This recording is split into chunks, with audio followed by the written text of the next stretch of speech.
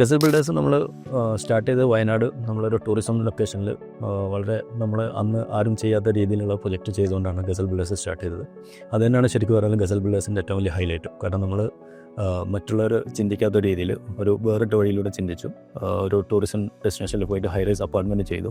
അത് നല്ല രീതിയിൽ സക്സസ് ആക്കി. അങ്ങനെയാണ് ഗസൽ ബിൽഡേഴ്സിൻ്റെ ജേർണി സ്റ്റാർട്ട് ചെയ്യുന്നത്.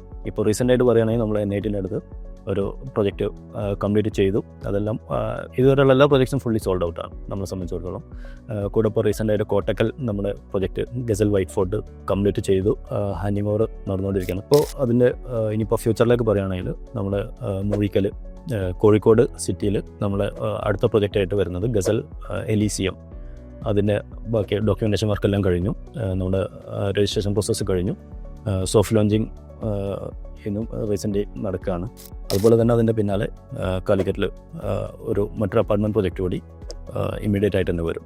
അപ്പാർട്ട്മെൻറ്റ് പ്രൊജക്ട്സിൽ കൂടുതൽ കോൺസെൻട്രേറ്റ് ചെയ്തുകൊണ്ട് മുന്നോട്ട് പോകാൻ തന്നെയാണ് ഗസൽ ബിൽഡേഴ്സ് പ്ലാൻ ചെയ്യുന്നത്.